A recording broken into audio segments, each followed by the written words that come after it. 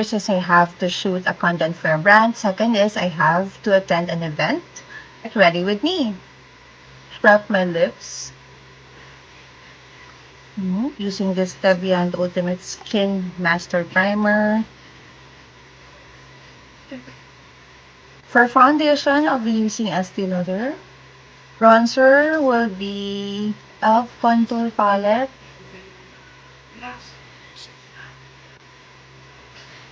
I'll be using RSG Dub Me Up in the shade Yun Contour. For blush, I'll be using VLK Cream All Over Pink.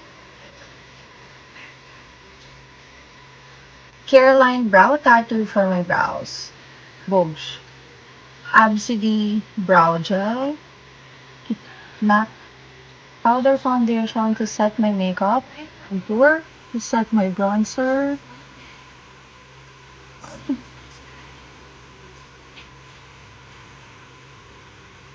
Although I'll be using Silky Girl Eye and Face Palette.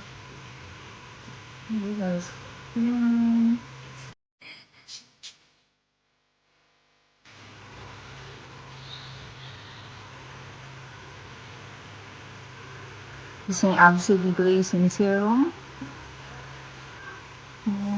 Cashmere Lipstick.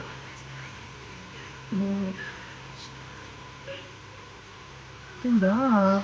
Fix spray. And here's the final look.